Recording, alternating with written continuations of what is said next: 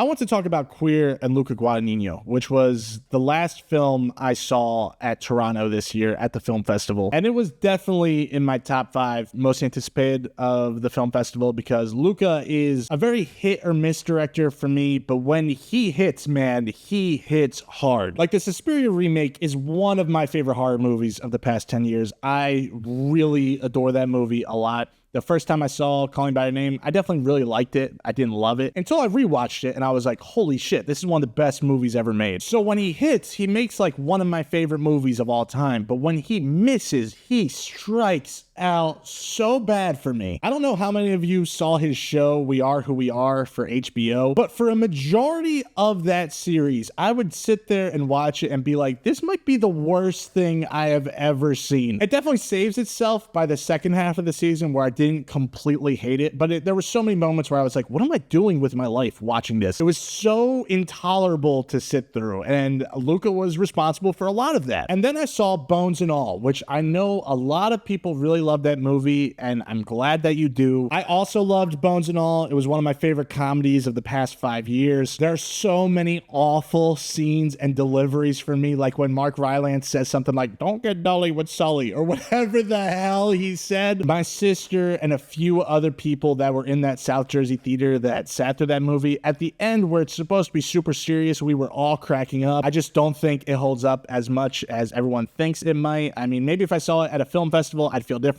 but Bones and All, I think, is atrocious. But regardless, Luca started off on a good streak this year. I saw Challengers. I really like Challengers. It's not in my top 10 of the year, but it's pretty close to the top 15. You know what I mean? It's probably in that 10 to 15 range. I think it's really good for sure. And now we have Queer, an adaptation of a William S. Burroughs novella. I had to Google the difference between a novel and a novella. So if you want to know how dumb I am and you could hate me for my take on this movie because of that, feel free to comment away in the comment section. So maybe I am too dumb to appreciate everything that Queer goes for. I don't know anything about William S. Burroughs. I know he's definitely a critically acclaimed author. And while there are small things I really like and appreciate about this movie, I think it falls flat in a lot of areas. I know a lot of people have been quick to compare this to something where, like, if you took Call Me By Your Name and Suspiria and blended them, you get Queer. And even I said that in my Letterboxd review to get my point across. But I feel like if you pitched Queer as that movie to a lot of people, a lot of them, like me, would walk out feeling a little bit disappointed because the quality of those two movies is nowhere near reached on this movie. There are similarities in the sense that if you compare Queer to Call Me By Your Name, there is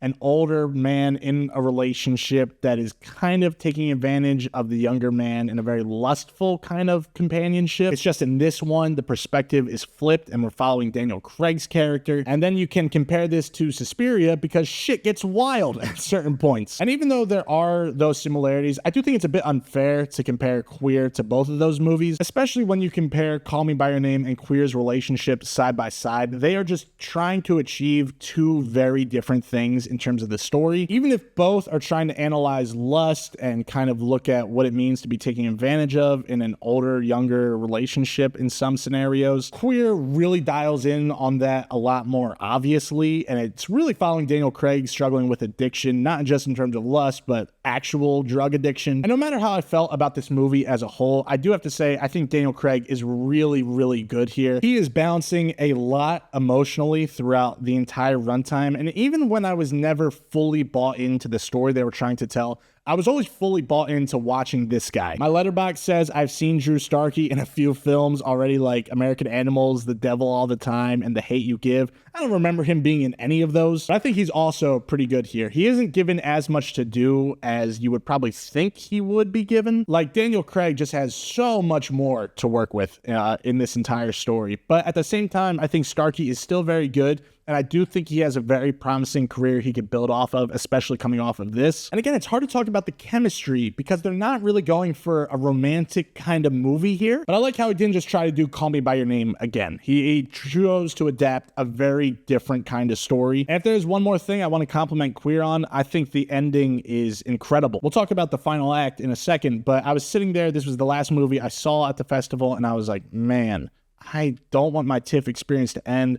but I want to get the hell out of this theater. And then the last 5 minutes happened, and I was genuinely surprised at how much it moved me. Even though the entire film is something I have no desire to really ever revisit in full again, that is a sequence I will study for quite a long time. I think if that was its own short film, wow. But other than that, I really didn't enjoy anything about this movie. The original cut for this was apparently over 3 hours long, which is crazy because the one I saw was 2 hours and 17 minutes, and I felt like I was sitting there for eternity. And I could hop on board with a slow movie at any point. I love slow movies as long as the payoff feels like it's worth it by the end. And again, I love the ending, but everything building up to that, there is a time where the story of Queer definitely goes in a different direction than you think it will. I wasn't fully surprised considering so many people were talking about Luca's horror filmmaking when talking about this movie, so I figured something would happen. But when he goes to that place, I just could not get on the same wave that everybody else in my theater was on. People were super into it. There was one special effect that I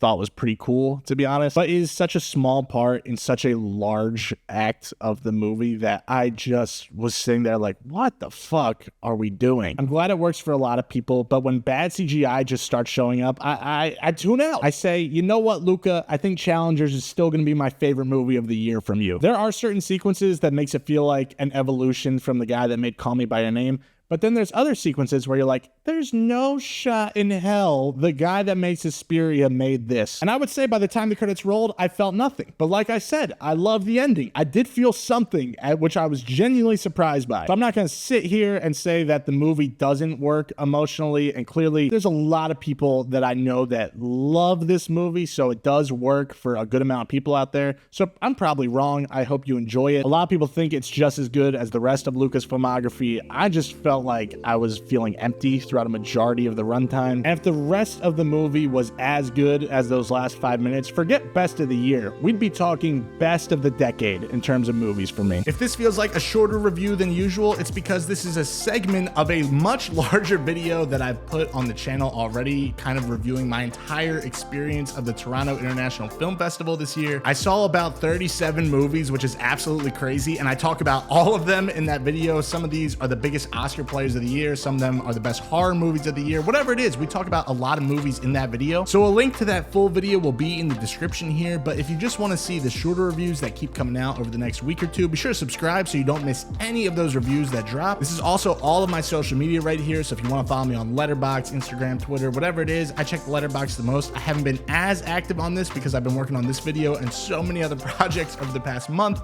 but I love talking about movies on there, so if you want to keep up with what I'm watching, be sure to watch that. Also, shout out to Reed for being so patient with me and helping edit all these videos and getting all these exports out. So if you need help with any editing at all, be sure to hit him up. He will absolutely help your videos out a ton. Be sure to like these videos, whether it's this video, the Long Toronto video, they all help me out a ton. It helps more than you think. I know a lot of people ask for you to hit the like button, but it helps me pay Reed to help me keep editing these videos. So if you won't like it for me, like it for Reed. And be sure to comment down below. Have you seen this movie yet? If the film has come out, what did you think of it? If it hasn't come out yet, are you excited for it still? Did my opinion change? I mean, this outro is going on the end of all my videos. So with this specific movie, I don't know if I loved it or if I hated it, but you know what? At the end of the day, a day talking about movies is a good day. So I'd love to talk to you in the comment section down below. And that is it for me. So this is Chase. Thank you so much for watching as always, and I hope you have an awesome day. Thanks.